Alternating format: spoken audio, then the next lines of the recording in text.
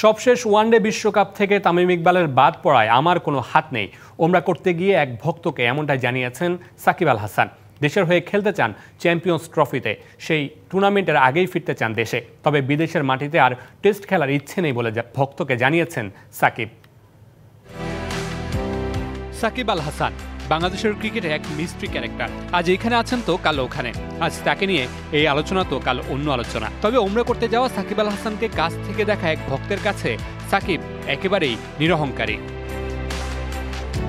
ওমরা করতে গিয়ে সাকিব আল হাসানের সাথে লম্বা কথা হয়েছে কামরুল হাসান নামে এক ভক্তের।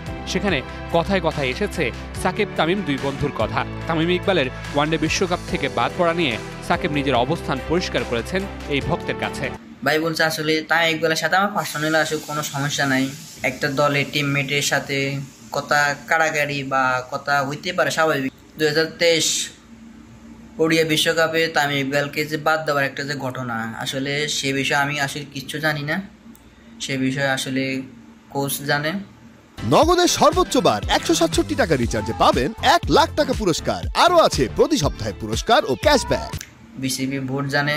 বাংলাদেশের হয়ে চ্যাম্পিয়ন্স ট্রফিতে খেলার আশা প্রকাশ করেছেন সাকিব। সেই সাথে এই টুর্নামেন্টের আগেই দেশে ফিরতে চান বলে জানিয়েছেন তিনি।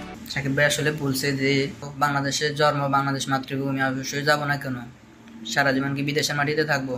অবশ্যই যাব। দেখে যাওয়ার ইচ্ছা আছে, চ্যাম্পিয়ন্স ট্রফির আগে যাওয়ার ইচ্ছা আছে। তবে বিদেশের মাটিতে আর টেস্ট খেলার ইচ্ছে নেই সাকিব আল হাসানের। টেস্ট সিরিজ খেলার আর ইচ্ছা নেই। Mamunur Rashid, DBC news.